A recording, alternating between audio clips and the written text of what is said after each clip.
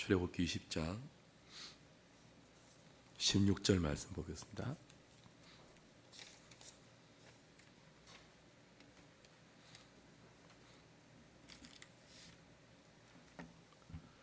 같이 볼까요? 시작. 내 이웃에 대하여 거짓 증거하지 말라. 제 9계명은 거짓에 관한 계명입니다. 단순한 거짓말하지 말라 정도가 아니고 내 이웃에 대하여 거짓 증거하지 말라라고 해서 법정적인 개념이에요. 법정에 서서 정언할 때 타인에게 해를 끼칠 목적으로 거짓말해서도 안 되고 자신의 유익을 위해서도 법정에서 거짓말하지 말라는 그런 계명이죠.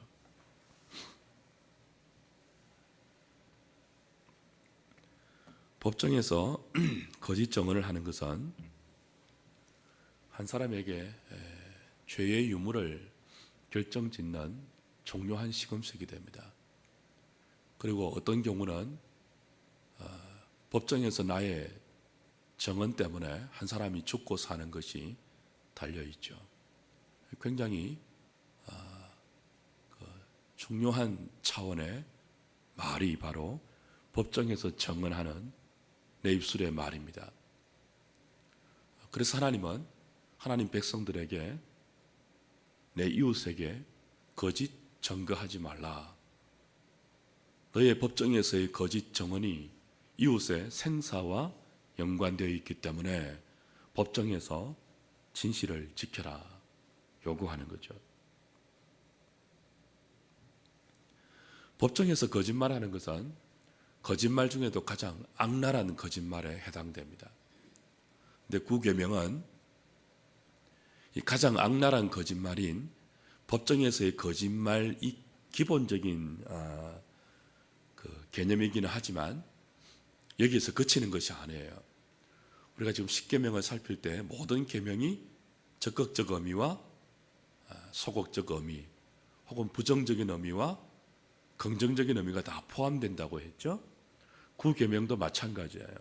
가장 소극적인 범위는 법정이에요. 그러나 이 9계명은 법정에서 하는 악한 거짓말만 금지시키는 것이 아니고 주의 백성이라면 살아가는 모든 일상사에서 언어로 진실을 말해야 한다는 것을 요구하고 있죠. 우리는 비단 법정에서만이 아니고 일상생활에서 다른 사람과의 관계에서 말로 얼마든지 법정에서 내 말로 한 사람을 죄인 만들 수도 있고 또 죽일 수도 있는 것처럼 법정이 아닌 일상사에서도 말로 거짓말로 사람을 죽일 수 있고 심각한 데미지를 입힐 수도 있습니다. 9계명은 거기에 관련된 전반적인 그 성도의 언어 생활과 연관된 계명이라고 보는 것이 맞겠죠. 그래서 하이델베르그 요리문답 112문은 112문은 이걸 조금 더 확대해서 이렇게 가르쳐요. 112문 한번 같이 보겠습니다. 9계명에서 하나님께서 원하시는 것은 무엇입니까? 답을 길게 하고 있는데요. 같이 한번 읽어볼까요? 시작. 내가 어느 누구에게도 거짓 증인을 하지 않고 다른 사람의 말을 왜곡하지 않고 뒤에서 헐뜯거나 중상하지 않으며 어떤 사람의 말을 들어보지 않고 성급히 정죄하지 않으며 다른 사람이 성급히 정죄하는 데에도 참여하지 않기를 원하십니다. 오히려 하나님의 무서운 진노를 당하지 않기 위해 본질적으로 마귀의 일인 모든 거짓과 속이는 일을 피해야 합니다. 법정에서나 기탄 다른 경우에도 나는 진리를 사랑하고 정직하게 진실을 말하고 고백해야 하며 할 수 있는 대로 이웃의 명예와 평판을 보호하고 높여야 합니다. 요리문답은 훨씬 더 광범위하게 이 계명을 확대해서 우리에게 가르치고 있죠. 비단 법정에서만이 아니고 우리의 일상사회에서 이 구계명을 세 가지로 가르쳐요. 분류해서 첫 번째는 참여하지 말아야 할 것으로 가르치고요. 두 번째는 피해야 할 것, 세 번째는 적극적으로 힘써야 할 것으로 이 구계명을 가르칩니다. 참여하지 말아야 할 것은 무엇입니까?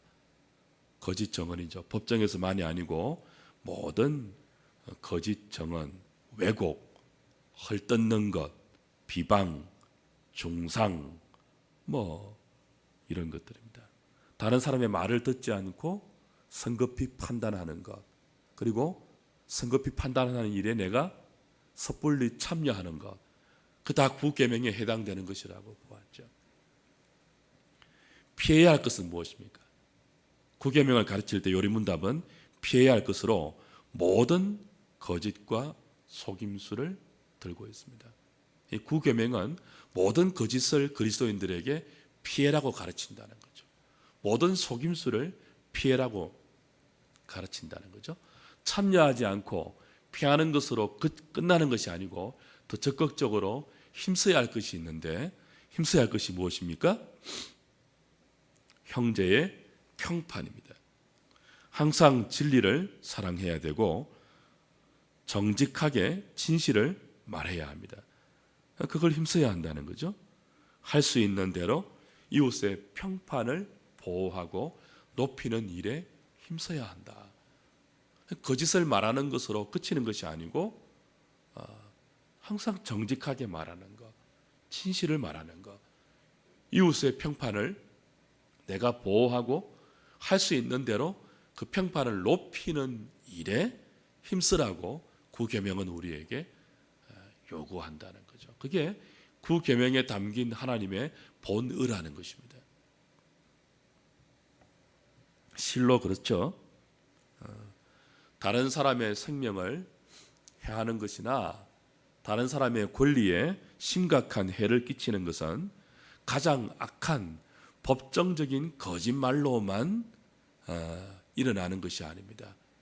우리의 일상에 여러분이 쉽게 할 수 있는 남을 헐뜯는 것, 뒤에서 중상하는 것, 수근수근 거리는 것, 이 다 심각한 거짓에 해당될 수 있다는 거죠. 여러분, 사탄을 헬라어로 디아볼로스라 그럽니다. 디아볼로스. 그 뜻이 뭐냐 하면 중상자 혹은 비방자, 그런 뜻입니다. 어거스틴은 이 중상을 혀로하는 살인이라고 정의했습니다. 그러니까 법정에서 위정만이 아니고요, 얼마든지 우리의 평범한 일상에서 우리는 우리의 혀로 다른 사람의 인격을 살인할 수 있습니다. 비방하는 것, 앞에서는 그러지 못하는데 뒤에서 숨어서 욕하는 것, 수근수근 거리는 것, 결국 그 말이 그 사람 귀에 들어가면 치명적인 마음의 데미지를 안겨주는 것. 인터넷에서 그 댓글로 악한 댓글을 다는 것, 다 거기에 해당되겠죠.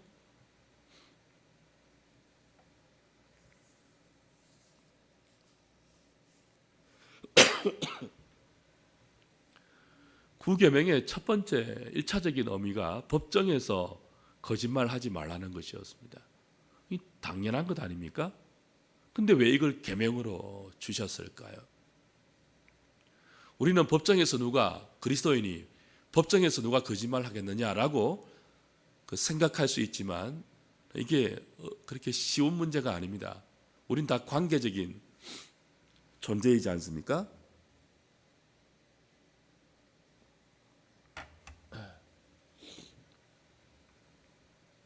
법정에 우리가 증인으로 설 때 나와 아무런 관계가 없는 사람들의 일을 증언하는 것이 아니고 대부분은 나와 관계 있는 사람의 사법적, 민법적 증언을 할 때가 많아요. 근데 어떤 경우 내가 법정에서 진실을 말하면 내가 싫은 사람이 이익이 될 때가 있고, 내가 진실을 말하면 내가 사랑하는 사람, 내가 속한 공동체, 내 가족이 해로울 때가 있죠. 여러분 어떻게 했습니까? 여러분이 법정에서 그 중대한 사안의 증인으로 섰어요. 여러분이 말하는 진실에 따라서 한 사람의 죄가 판결되고 한 사람의 생사가 갈려 있습니다. 양쪽의 희비가 갈린단 말이에요. 내가 진실을 말할 때 내 원수가 잘 되고 내가 사랑하는 사람이 죄인이 되거나 죽어야 할 경우, 이게 진실을 말하는 게 그렇게 쉬운 것만은 아니에요. 그래서 많은 경우 법정에서 거짓이 진술되는 것입니다. 어떤 명목 아래서요? 내가 사랑하는 사람을 지키기 위해서, 악한 개인이나 악한 집단을 벌주기 위해서 우리는 법정에서 거짓을 진술할 수 있다니까요. 얼마든지. 근데 하나님은 그렇게 하지 말래요. 설령 나의 진실이 내 사랑하는 사람들에게 해를 가져온다 할지라도, 더 나아가 악한 집단에게 이익을 주는 경우라 할지라도 하나님 백성은 법정에서 진실을 말해야 한다고 합니다. 이건 법정만이 아니고 우리의 일상에서도 그래요.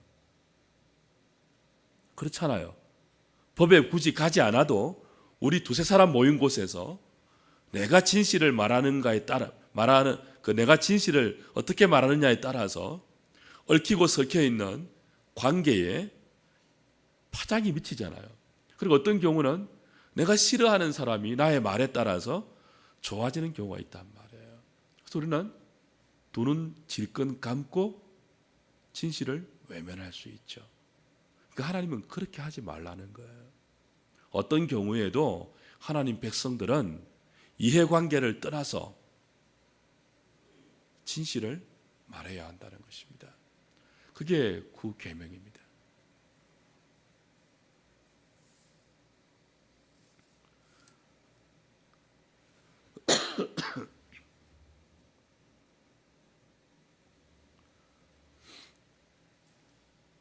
그리고 이렇게 구계명을 말하면서 모든 거짓과 속임수를 피하고 할 수 있는 대로 정직함과 진실한 말을 힘쓰고 이웃의 평판을 지키고 높이는 것에 힘쓰라고 분명히 요구받고 있음에도 불구하고 우리 주변에는 어떤 그 말들이 있죠?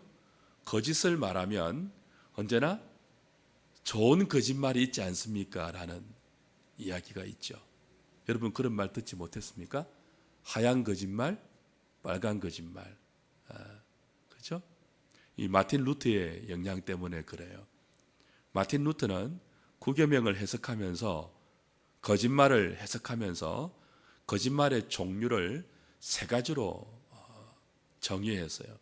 하나는 익살스러운 거짓말, 하나는 유익한 거짓말, 또 하나는 뭐예요? 악한 거짓말. 그러니까 구계명을 악한 거짓말로 이제 해당된다고 본 거죠. 그 익살스러운 거짓말과 유익한 거짓말은 여기에 살짝 제외시킨 루트의 영향으로 우리 주변에 익살스러운 거짓말은 괜찮고 유익한 거짓말은 괜찮고 그건 다 하얀 거짓말이니까 괜찮고 악한 거짓말, 심각한 거짓말, 법정적인 거짓말, 이 빨간 거짓말만 안 된다는 그런 이야기들이 많이 있는데 그 익살스러운 거짓말이 무엇입니까? 재미로 하는 거짓말이죠. TV의 개그 프로그램에서 나오는 그런 거짓말, 친구들끼리 농담으로 하는 그런 거짓말, 그 해도 괜찮은 것입니까? 하이델베르그 요리문답에 의하면 모든 종류의 거짓과 속임수는 피해야 할 것입니다. 익살스러운 거짓말도 그리스도에는 뭐예요? 피해야 하는 거예요. 유익한 거짓말은 뭐가 있을까요? 하얀 거짓말의 대표적인 히브리 두 산파가 바로에게 거짓말한 거죠. 또 기생 라합이 정탐꾼을 숨겨두고 거짓말한 거죠. 마틴 루터는 이게 거짓말이 아니라고 했습니다. 이걸 어떻게 말했는가 하면 루터는요, 이것을 거짓말로 부르는 것은 적절치 않다. 오히려 그것은 사탄의 광분을 잠재우고 타인의 명예와 생명과 유익에 이바지하는 미덕이고 훌륭한 배려다, 그렇게 말했습니다. 그러니까 유익한 거짓말을 루터는 사탄의 속임수를 잠재우는, 사탄의 광분을 잠재우는 미덕이라고 했습니다. 타인의 명예와 생명을 지키는 아름다운 것이라고 해석했죠. 근데 하이델베르그 요리문답을 지은 우르시누스는 정반대의 해석을 합니다. 하나님이 히브리 두 산파를 축복한 것은 그들의 거짓말 때문이 아니고 믿음에 있다. 히브리 기자의 해석처럼 그들의 믿음을 축복한 것이지 그들의 거짓말 자체를 축복한 것은 아니다. 우리는 목적을 달성하기 위해서 어떤 수단도 정당화하는 것을 피해야 한다. 그렇게 가르칩니다. 그러니까 구계명이 진리의 선한 목적을 위해서 거짓이라는 수단이 정당화되는 쪽으로 악용되어서는 안 된다는 것이 우르시누스의 가르침이에요. 그게 요리문답의 가르침이에요. 그리고 정통적인 교회는 요리문답의 가르침을 택해서 교인들에게 가르쳐 왔죠. 이건 익살스러운 거짓말, 이건 하얀 거짓말. 그래서 하나씩 거짓의 길을 허용해 주면 우린 자연스럽게 어떤 거짓도 허용할 수 있는 면역력이 생기게 되고 진실에 대해서 둔감한 삶이 됩니다. 저는 루터보다 우르시누스가 옳다고 생각해요. 모든 종류의 거짓과 속임수를 우리는 피해야 합니다. 목적을 이루기 위해서 수단도 우리는 정당한 수단을 늘 강구해야 합니다.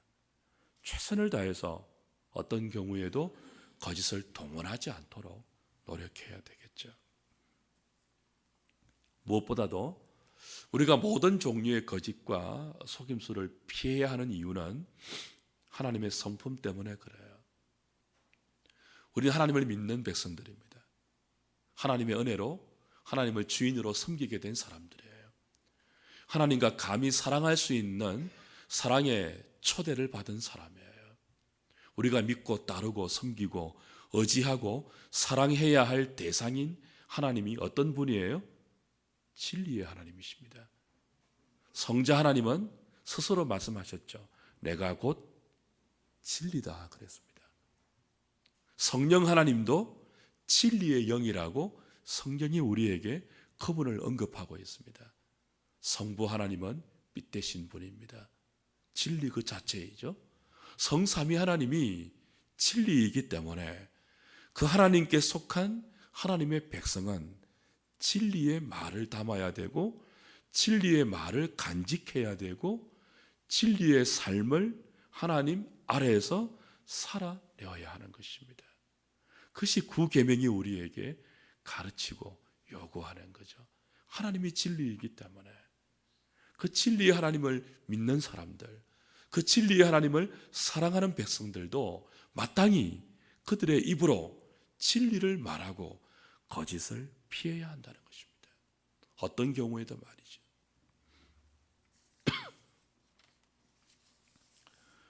특별히 우리가 사는 이 시대는 거짓을 너무 대수롭지 않게 여기는 시대입니다. 그렇지 않습니까? 너무 거짓이 난무하는 시대예요. 특별히 심리학은요, 이 거짓을 나쁜 것이나 죄로 간주하지 않습니다. 심리학은 거짓말을 인간이 발달하기 위해서 당연히 거쳐야 하는 정상적인 발전의 단계로 봐요. 뭐로 본다고요? 죄로 보지 않아요. 거짓을 나쁜 것으로 간주하지 않는다니까요. 오히려 뭐로 본다고요?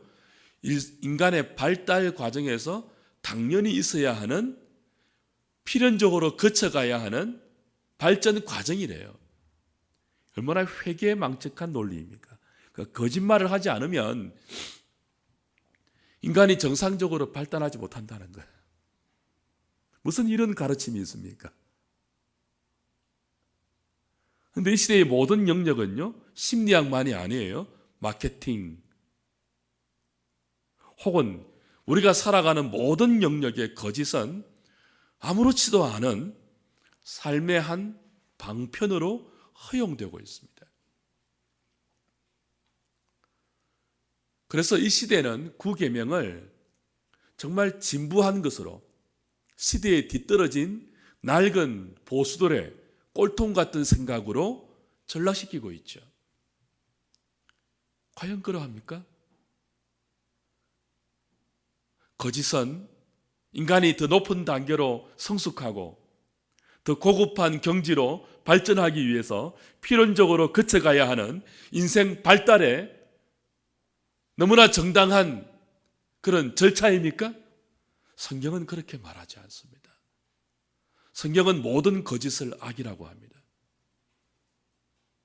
거짓이 어디에서 났습니까? 하나님께서 난 것이 아니에요. 요한복음 8장 보십시오. 여러분이 잘 아시는 요한복음 8장.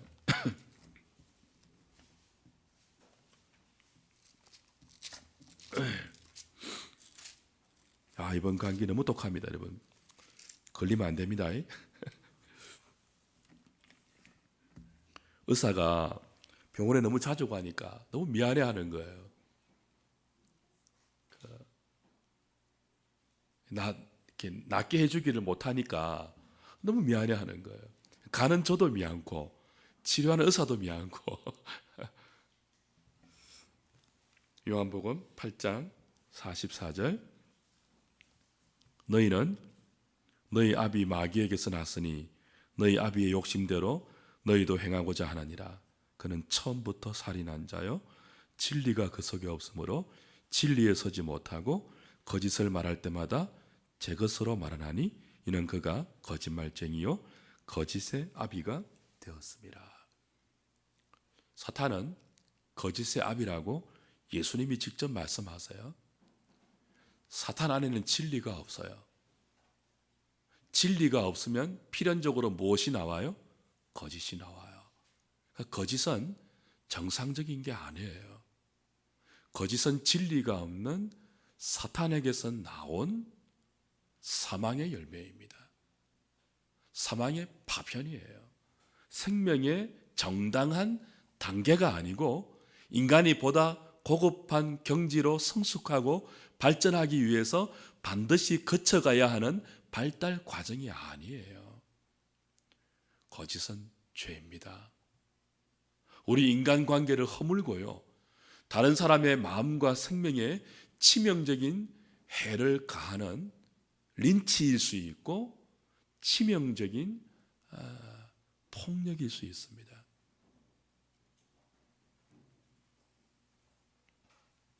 그래서 이 구계명은 그리스도인의 삶을 세상의 가치관 위에 세우는 것이 아니고 진리의 하나님을 따를 것인가, 거짓의 아비인 사탄을 따를 것인가 하는 영적 전쟁의 차원에서 우리의 삶을 다시 세우는 중요한 계명인 거죠.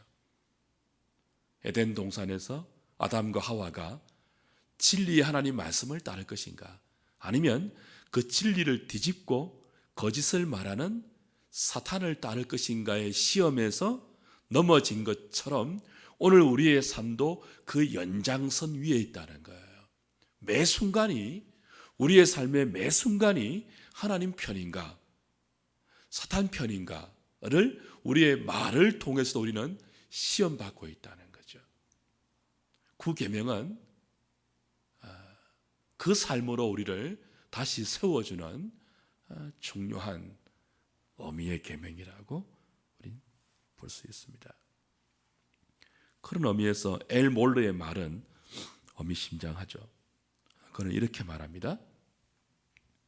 지역 교회는 거짓말이란 거대한 바다에 떠 있는 진리의 섬들과 같아. 지역 교회는 거짓말이라는 거대한 바다 위에 떠 있는 진리의 섬들과 같아. 우리가 살아가는 세상이 거짓으로 충만한 거대한 바다인데 하나님은 그 거대한 그 거짓의 바다 가운데 지역교회를 마치 섬처럼 여기저기 지역교회를 진리의 섬으로 세워놓았다는 거예요. 그 교회와 그 안에 있는 그리스도인들이 진리로 무장하지 않는다면 어디서 이 거짓이라는 거대한 바다 가운데 진리를 찾아볼 수 있으며 진리의 하나님을 발견할 수 있겠는가? 그렇게 말한 것이죠. 실로 그러합니다. 진리는 교회를 세상과 구별시켜주는 가장 중요한 시금석이라고 말할 수 있습니다. 그리스도인은 누가 뭐래도 진리로 부름받은 사람들입니다. 거짓을 버리고 너희는 각각 자기 이웃으로 더불어 참된 것을 말하라. 이는 너희가 지체가 됨이 때문이라. 에베소서 4장의 말씀도 그렇죠. 거짓을 버리고 각각 너희는 이웃으로 더불어 참된 것을 말하라. 우리는 거짓이라는 거대한 바다 가운데 하나님이 세우신 진리의 섬들입니다. 거짓을 버려야 하고요. 참된 것을 말해야 돼요. 왜요? 우리를 믿게 하신, 우리를 은혜로 부르신 그분이 진리이기 때문입니다. 온 세상이 거짓으로 다 가득 차 있어도 교회만은, 교회에 속한 그리스도인들만은 거짓을 버리고 거짓이 죄인 줄 알고 거짓이 악인 줄 알고 진리를 말하는 일에 힘쓰는 존재들로 우린 살아가야 합니다.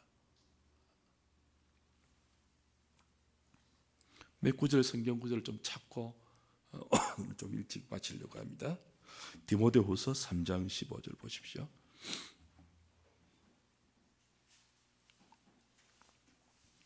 디모데후서 3장 15절.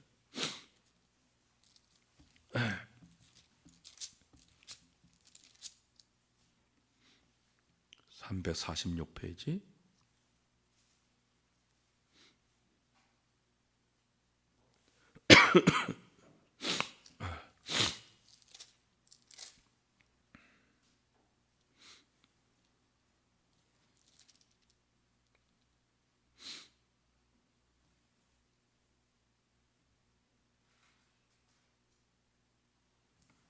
삼장 13절입니다. 13절 14절. 3장 13절 14절. 악한 사람들과 속이는 자들은 더욱 악하여져서 속이기도 하고 속기도 하나니 그러나 너는 배우고 확신한 일에 거하라. 너는 내가 누구에게서 배운 것을 알며 또 어려서부터 성경을 알았나니 성경은 능히 너로 하여금 그리스도 예수 안에 있는 믿음으로 말미암아 구원에 이르는 지혜가 있게 하느니라. 자, 우리가 사는 시대는 3장 1절은 이제 말세의 특징을 말하면서 내용이 이어지는데요. 이 말세는 악한 사람들과 속이는 자들이 더욱 악하여져서 속이기도 하고 속기도 하는 시대예요. 그러니까 거짓이 보편화되는 시대입니다. 말세는 거짓이 더 짙어지고요, 속임수가 더 교묘해지는 시대입니다. 그런 시대에서 우리는 어떻게 살아야 한다고요? 배우고 확신한 일에 거하라. 배우고 확신한 일이 뭡니까? 15절 보면 성경 말씀인데요, 진리의 말씀이에요. 그러니까 우리가 악한 사람은 더 악해지고 속이는 사람은 더 속이는 이 거짓의 시대 가운데 거짓을 버리고 참된 것을 말하기 위해서는요, 배우고 확신한 일에 거해야 돼요. 성경 가운데 거해야 돼요. 우리 안에 하나님의 진리의 말씀인 성경 말씀으로 가득 채워야지만 거짓을 말하지 않을 수 있습니다. 어떤 자리에서도 설령 내가 손해보거나 내가 어떤 사람과의 관계에 불편함이 오는 것을 감수하고라도 진리를 말할 수 있기 위해서는요, 내 안에 진리가 가득 차 있어야 돼요. 그 배우고 확신한 일에 거하라고 바울이 말하죠. 어려서부터 네가 배운 성경 말씀, 구원의 말씀, 그 진리의 말씀, 그 말씀을 부지런히 먹고 섭취하고 우리 속에 가득 채워야 하는 이유가 바로 우리가 살아가는, 믿음으로 살아가야 하는 이 시대가 악한 자는 더 악해지고 속이는 자는 더 속이는 거짓의 시대이기 때문에 그렇습니다.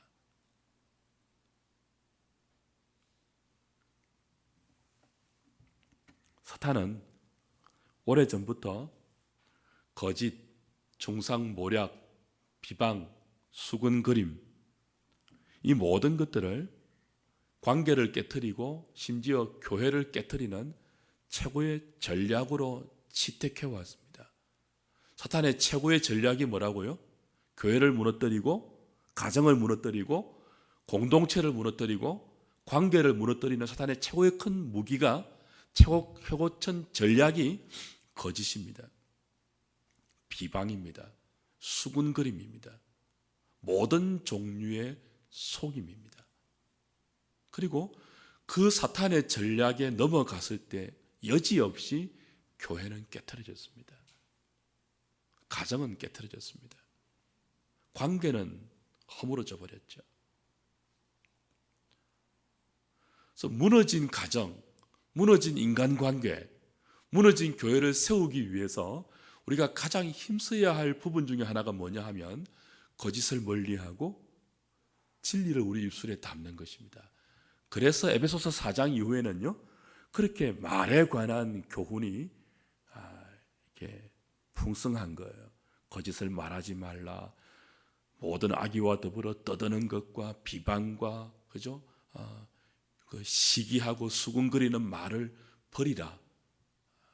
이렇게 줄곧 말에 대해서 누추한 말, 희롱하는 말, 이런 거 다 버리라. 말에 대해서 누차 강조하는 것이 사탄이 택한 가장 큰 전략이 거짓과 모든 속임수에 속한 비방과 수군거림과 험담과 중상이기 때문입니다. 그걸 버리기 위해서는요, 배우고 확신한 일, 진리의 말씀, 성경을 채워야 돼요.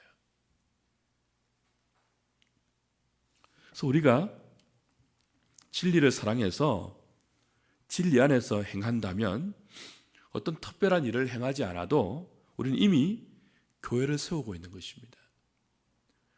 여러분이 어떤 특별한 봉사의 부서에 몸담아서 열심히 그 일에 헌신하지 않아도 여러분이 입을 잘 관리하고 여러분의 입으로 진리를 말하고 거짓을 금하면 그것이 이미 뭐예요?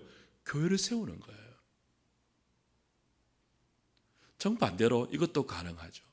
우리가 어떤 영역에 아무리 열심히 일을 한다고 해도 그 일을 하면서 여러분이 입을 다스리지 못하여 일을 하면서 그 입을 가지고 중상하고 비방하고 수군거리고 있다면 우리는 어떤 일을 하는지에 상관없이 이미 교회를 허무는 일에 가담하고 있다는 사실을 유념하셔야 됩니다. 그래서 요리문답은 이 9계명을 해석하면서 모든 종류의 거짓과 속임수를 피하고 정직과 진실을 말하는 일에 힘쓰고 타인의 명예를 지키고 높이는 일에 힘쓰라고 우리에게 가르치고 있는 거죠. 진실을 말할 때도 유의해야 될 것이 하나 있습니다. 거짓을 드러내고 진실을 말할 때 진리를 말하는 그 자체가 전부가 되어서는 안 됩니다. 진실을 말해서 어떤 사람의 거짓을 드러내는 그것이 목적이 되어서는 안 돼요.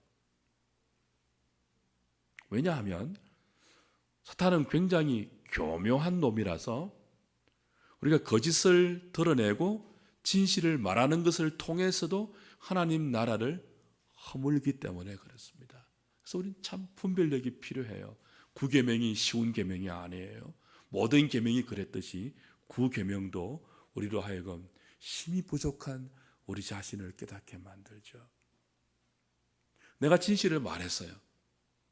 내가 말한 진실 때문에 거짓이 드러났어요. 근데 그것 때문에 한편으로는 어떤 사람이 드러난 거짓 때문에 더 분노하고 더 미워하고 그래서 더 파당이 생기고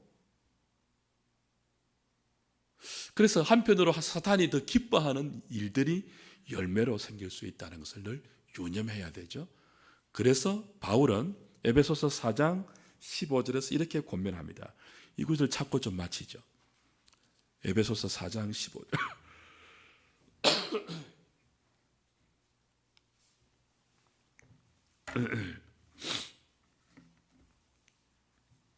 같이 읽을까요? 시작. 오직 사랑 안에서 참된 것을 말하여 범사에 그에게까지 자랄지라. 그는 머리니 곧 그리스도시라. 참된 것을 하는데 참된 것은 진리를 말하는 것도 포함되겠죠. 거짓을 드러내는 것도 포함되겠죠. 참된 것을 할 때 어디 안에서 하라고 해요? 사랑 안에서 하는 거예요. 이게 쉽지 않습니다. 여러분, 거짓을 드러내고 진리를 말하는 것은 어떤 면에서는 쉬울 수 있어요. 근데 그걸 사랑 안에서 하는 것은 쉽지 않습니다. 여러분, 어떤 것이 사랑 안에서 진리를 말하는 거예요? 어떤 것이 사랑 밖에서 진리를 말하는 거예요? 쉽지 않아요. 진리를 말한다고 하는데 그게 분노로 말할 수 있습니다. 혈기로 말할 수 있습니다. 진리를 말한다고 하는데 다른 사람을 깎아내리고 다른 사람을 죽이기 위해서 진리를 말할 수 있습니다. 하나의 목적은 성취할 수 있지만 두 개의 악이 파생되는 경우가 사랑 안에서 말하지 않는 진리입니다. 사랑 안에서 말하지 않는 참입니다. 이게 가능할까요? 참인데 어떻게 사랑이 아닐 수 있죠? 얼마든지 가능합니다. 그리고 사탄은 그렇게 우리를 미혹하고 속이고 부추깁니다. 참된 것을 말하게 하는데 사랑이 아닌 다른 것으로 충분히 말할 수 있게 합니다.